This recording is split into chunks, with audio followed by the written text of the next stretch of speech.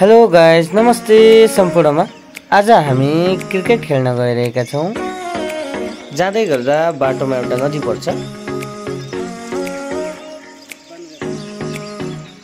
नदीमा बच्चाहरू रमाइलो गरिरहेका थिए।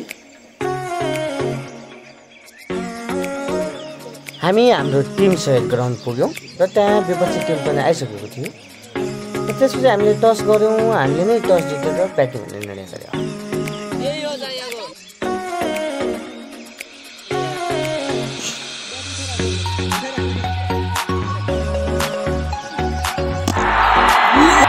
भाइ दिपेन्द्रले 4 रन हानेको छ। फाइनली हाम्रो 1 विकेट गयो र अब स्ट्राइकमा भाइ महेन्द्र।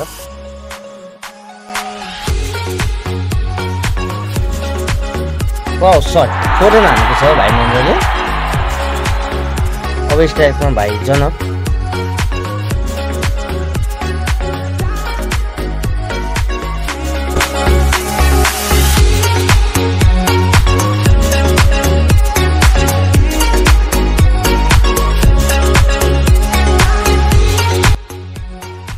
फेरि हाम्रो अर्को विकेट गयो र त्यसपछि म आफै ब्याटिङमा उत्रेँ र पहिलो बलमा नै 6 रन हान्न सकेको भयो।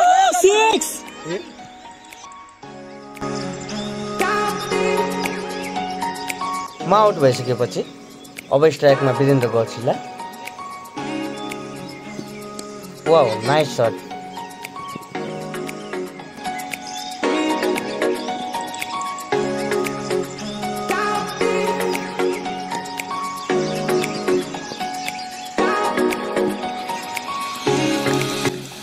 फाइनली हामीले 10 ओभरमा 110 को टार्गेट दियौँ। अब भाइ महेन्द्र बोलिङमा।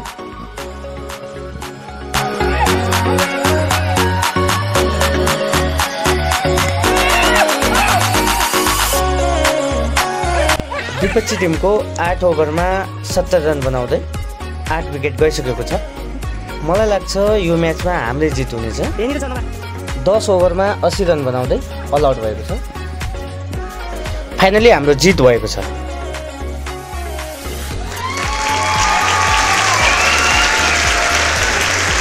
जितिसकेपछि अब हामी घर फर्क्यौँ।